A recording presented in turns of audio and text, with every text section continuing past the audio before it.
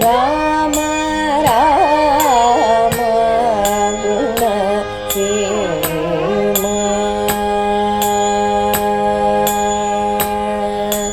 ರಾಮ ರಾಮ ಗುಣ ಸೇಮ. ಶ್ರೀಮತೆ ರಾಮಾನುಜಾಯ ನಮಃ. ಕೂಜಂತಂ ರಾಮರಾಮೇತಿ ಮಧುರಂ ಮಧುರಾಕ್ಷರಂ ಆರುಹ್ಯ ಕವಿತಾಶಾಖಾಂ ವಂದೇ ವಾಲ್ಮೀಕಿಕೋಕಿಲಂ. ಪುಣ್ಯಾಂಭೋಜ ವಿಕಾಸಾಯ ಪಾಪಧ್ವಾಂ ತಕ್ಷಯಾಯ ಚ ಶ್ರೀಮಾನ್ ಆವಿರಭೂದ್ಭೂಮೌ ರಾಮಾನುಜದಿವಾಕರಃ ತೃಣೀಕೃತವಿರಂಚಾದಿನಿರಂಕುಶವಿಭೂತಯಃ ರಾಮಾನುಜಪದಾಂಭೋಜ ಸಮಾಶ್ರಯಣ ಶಾಲಿನಃ. ತಸ್ಮೈ ರಾಮಾನುಜಾರ್ಯಾಯ ನಮಃ ಪರಮಯೋಗಿನೇ ಯಶ್ರುತಿಸ್ಮೃತಿಸೂತ್ರಾಣಾಂ ಅಂತರ್ಜರಮಶೀಷಮತ್. ಕೊನೆಗೂ ಮಾರೀಚನ ಅಂತ್ಯ ಸಮೀಪಿಸಿತು.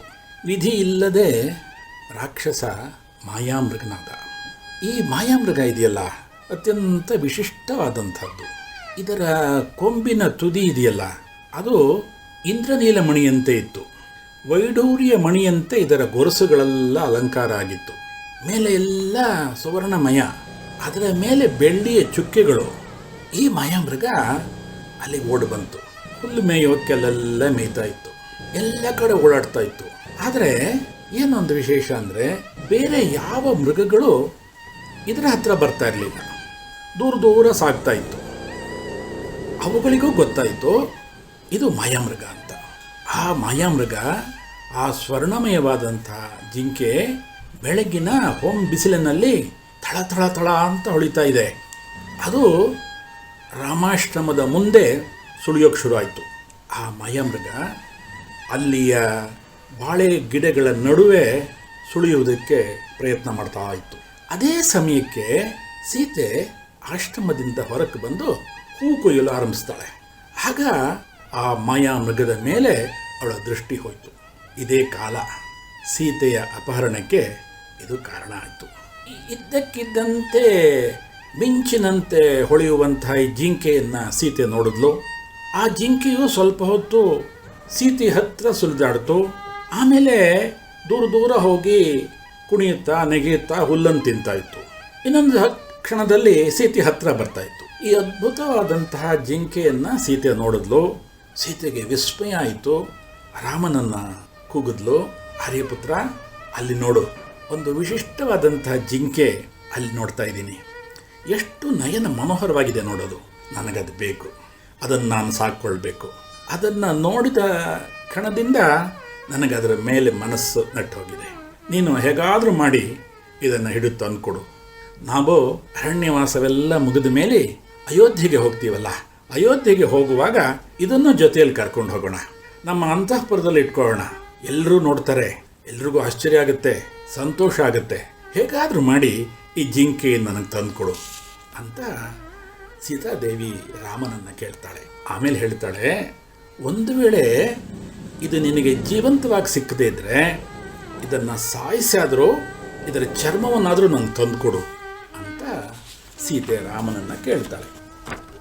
ಆಗ ರಾಮ ಲಕ್ಷ್ಮಣನ ಕುರಿತು ಹೇಳ್ತಾನೆ, ಲಕ್ಷ್ಮಣ, ನನ್ನ ಬಿಲ್ಲನ್ನು ತಗೊಂಡು ಬಾ.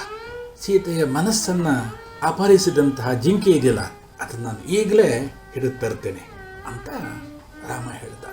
ಆಗ ಲಕ್ಷ್ಮಣ ಹೇಳ್ತಾನೆ, ರಾಘವ, ಅದು ನಿಜವಾದಂತಹ ಜಿಂಕೆ ಅಲ್ಲ, ಇದು ವಿಚಿತ್ರವಾದಂತಹ ಜಿಂಕೆ. ನಾನು ಒಂದು ಮಾತು ಹೇಳ್ತೀನಿ ಕೇಳು. ಇದು ಅದೇ ಹಿಂದಿನ ಮಾರೀಚ.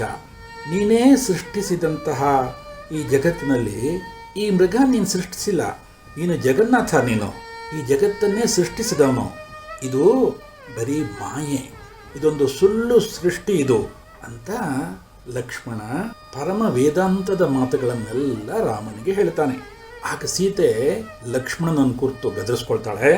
ಆ ಜಿಂಕೆ ನಿಜವಾಗಿ ನಮ್ಮ ಕೈಗೆ ಸಿಕ್ಕಿದ್ರೆ ಊರಿಗೆ ಹೋಗಿ ನಾನು ಇದನ್ನು ಅಂತಃಪುರದ ಬಾಗಿಲಿನಲ್ಲಿ ಇಡ್ತೀನಿ.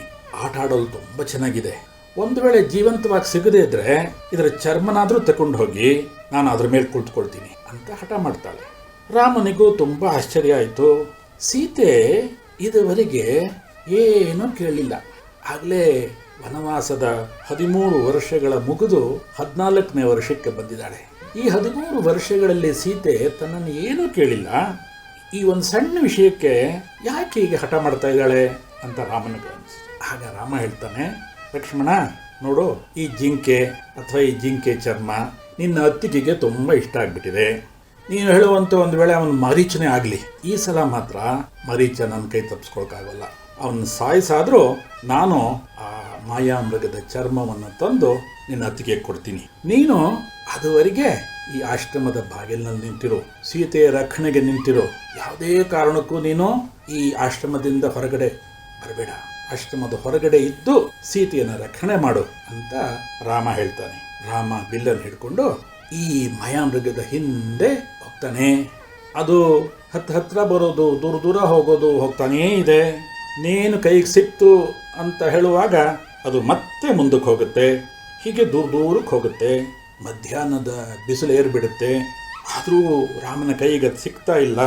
ರಾಮನಿಗೆ ಒಂದು ಕಡೆ ನಿರಾಸೆ, ತನ್ನ ಪರಾಕ್ರಮಕ್ಕೆ ಇಷ್ಟು ಸಣ್ಣ ಕೆಲಸ ಆಗ್ತಾ ಇಲ್ವಲ್ಲ ಅಂತ ಒಂದು ಕಡೆ ಬೇಸರ, ಬಾಯಾರಿಕೆ ಆಗಿದೆ. ಕೊನೆಗೆ ತೀರ್ಮಾನ ಮಾಡ್ತಾನೆ, ಇದನ್ನು ನಾನು ಕೊಲ್ಲೇಬೇಕು ಅಂತ. ಕೊನೆಗೆ ಬ್ರಹ್ಮ ನಿರ್ಮಿತವಾದಂತಹ ಅಮೋಘಾಸ್ತ್ರವನ್ನು ಆ ಜಿಂಕೆ ಮೇಲೆ ಪ್ರಯೋಗ ಮಾಡ್ತಾನೆ. ಆ ಮಾರೀಚ ಆವಾಗ ತನ್ನ ನಿಜ ಸ್ವರೂಪವನ್ನು ತೋರಿಸ್ತಾನೆ. ಅವನು ಸಾಯ್ತಾನೆ. ಸಾಯುವಾಗ ಅವನೇನು ಮಾಡ್ದ ಅಂದರೆ, ರಾಮಧ್ವನಿಯನ್ನೇ ಅನುಸರಿಸಿ ಹಾ ಸೀತೆ, ಹಾ ಲಕ್ಷ್ಮಣ ಅಂತ ಅತ್ಯಂತ ದೀನ ಸ್ವರದಲ್ಲಿ ಹೇಳ್ತಾ ಕೆಳಗೆ ಬಿದ್ದುಬಿಡ್ತಾನೆ. ಈ ಮಾರೀಚನ ಕೂಗು ಸೀತಾ ಲಕ್ಷ್ಮಣರ ಕಿವಿಗೆ ಬಿತ್ತು. ಈ ಕೂಗನ್ನು ಕೇಳಿದಂತಹ ಸೀತೆ ತುಂಬ ಭಯಪಟ್ಬಿಟ್ಲು. ಅವಳಿಗೆ ಗಾಬರಿ ಆಗ್ಬಿಡ್ತು. ಲಕ್ಷ್ಮಣ, ನೀನು ಈಗಲೇ ಹೋಗು, ನಿಮ್ಮಣ್ಣ ಯಾವುದೋ ದೊಡ್ಡ ಆಪತ್ತಿಗೆ ಸಿಕ್ಕಾಕೊಂಡಿರ್ಬೇಕು, ನೀನು ಈಗಲೇ ಇಲ್ಲಿಂದ ಹೊರಡು ಅಂತ ಸೀತೆ ಲಕ್ಷ್ಮಣನಿಗೆ ಹೇಳ್ತಾಳೆ. ಲಕ್ಷ್ಮಣ ಹೇಳ್ತಾನೆ, ಇಲ್ಲ ತಾಯಿ, ಅಣ್ಣನಿಗೆ ರಾಕ್ಷಸರಿಂದ ಯಾವ ಭಯನೂ ಇಲ್ಲ. ನೀನೇ ನೋಡಿದೆಯಲ್ಲ, 14,000 ರಾಕ್ಷಸರನ್ನ ಏಕಾಏಕಿಯಾಗಿ ಅವನು ಕೊಲ್ಲಿಲ್ವಾ?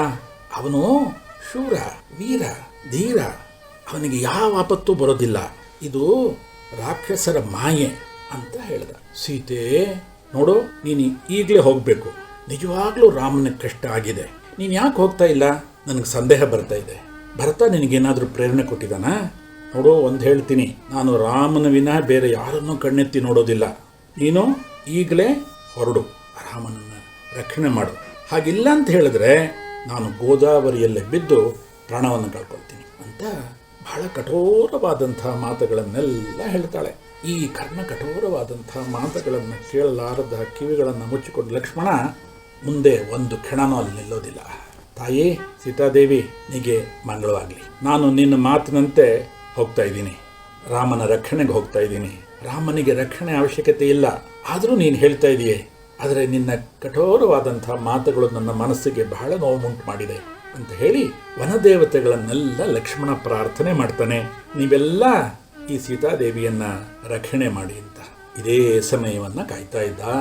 ಆಶ್ರಮದಲ್ಲಿ ರಾಮ ಇಲ್ಲ, ಲಕ್ಷ್ಮಣ ಈಗ ತಾನು ಹೊರಗಡೆ ಹೋದ. ಆವಾಗ ಸನ್ಯಾಸಿ ವೇಷದಲ್ಲಿ ರಾವಣ ಅಲ್ಲಿಗೆ ಬಂದ. ಬಾಗಿಲಲ್ಲಿ ನಿಂತ್ಕೊಂಡ. ಸೀತೆಯನ್ನ ಭಿಕ್ಷೆ ಕೇಳಿದ. ಸೀತೆ ಹೇಳಿದ್ಲು, ನೋಡು, ರಾಮ ಇಲ್ಲಿಲ್ಲ, ಲಕ್ಷ್ಮಣ ಇಲ್ಲ, ಸ್ವಲ್ಪ ಹೊತ್ತು ಇಲ್ಲೇ ಇರು, ಅವರಿಬ್ರು ಬರ್ತಾರೆ, ಆಮೇಲೆ ನಿನ್ಗೆ ಭಿಕ್ಷೆ ಕೊಟ್ಟು ಸತ್ಕಾರ ಮಾಡ್ತೀನಿ. ಆಗ ಅವನು ಹೇಳ್ತಾನೆ, ನೋಡು, ನಿನ್ನ ಸತ್ಕಾರ ಎಲ್ಲ ಆಮೇಲೆ, ನಿನ್ನ ಸೌಂದರ್ಯ ನನಗೆ ತುಂಬ ಹಿಡಿಸ್ಬಿಟ್ಟಿದೆ. ನೀನು ಯಾರು ನನಗೆ ಗೊತ್ತು, ನೀನು ನನ್ನ ಜೊತೆ ಬಾ, ನೀನು ನನ್ನ ಹೆಂಡತಿಯಾಗಿರ್ಬೇಕು, ಈ ರೀತಿ ಎಲ್ಲ ಹೇಳ್ತಾನೆ. ಈ ಮಾತುಗಳನ್ನೆಲ್ಲ ಕೇಳಿದಂತಹ ಸೀತೆಗೆ ತುಂಬ ಬೇಸರ ಆಗ್ಬಿಡ್ತು. ಸೀತೆ ರಾವಣನಿಗೆ ಬುದ್ಧಿವಾದ ಹೇಳ್ತಾಳೆ, ರಾವಣ, ಇದು ನಿನ್ನ ಯೋಗ್ಯತೆಗೆ ಸರಿಯಾದ್ದಲ್ಲಪ್ಪ. ಕುಬೇರನ ತಮ್ಮನಾಗೆ ಪರಸ್ತ್ರೀಯನ್ನು ನೀನು ಬಯಸ್ತೀಯಲ್ಲ, ಈ ನೀಚ ಕೆಲಸ ನಿನಗೆ ತಕ್ಕದಲ್ಲ ಅಂತೆಲ್ಲ ಹೇಳ್ತಾಳೆ. ಏನಾದರೂ ರಾವಣ ಕೇಳಲಿಲ್ಲ. ಅವನು ಸೀತೆಯನ್ನ ತನ್ನ ರಥದಲ್ಲಿ ಕೂರಿಸ್ಕೊಂಡ್ಬಿಟ್ಟು ಹೋದ. ರಥದಲ್ಲಿ ಸೀತೆ ಹಾ ಲಕ್ಷ್ಮಣ, ಹಾ ರಾಮ ಅಂತ ಚೀರ್ತಾ ಇದ್ದಾಳೆ. ಅಯ್ಯೋ, ನನ್ನನ್ನು ಯಾರೂ ಕಾಯೋರಿಲ್ವಲ್ಲ, ಈ ರಾಕ್ಷಸ ನನ್ನನ್ನು ಹೊತ್ಕೊಂಡು ಹೋಗ್ತಾ ಇದ್ದಾನಲ್ಲ ಅಂತೆಲ್ಲ ಹೇಳ್ತಾಳೆ. ಲಕ್ಷ್ಮಣ, ನೀನು ಕೋಪಿಸ್ಕೋಬೇಡ, ನಾನು ಉದ್ವೇಗದಲ್ಲಿ ನಾನು ಮಾತಾಡ್ಬಿಟ್ಟೆ, ನನ್ನನ್ನು ಕಾಯ್ತಾ ಇದ್ದೆ, ನೀನು ಹೊರಟ್ಬಿಟ್ಟೆ ಅಂತ ಹೀಗೆ ಕೂಕೊಂಡು ಹೋಗ್ತಾಳೆ. ಈ ಕೂಗು ಜಟಾಯು ಕೇಳಿಸ್ಬಿಡ್ತು. ಜಟಾಯು ತನ್ನ 2 ರೆಕ್ಕೆಗಳನ್ನು ಮೇಲೆ ಕೆತ್ಕೊಂಡು ಜಗ್ಗನೆ ಮುಂದೆ ಬರ್ತಾನೆ.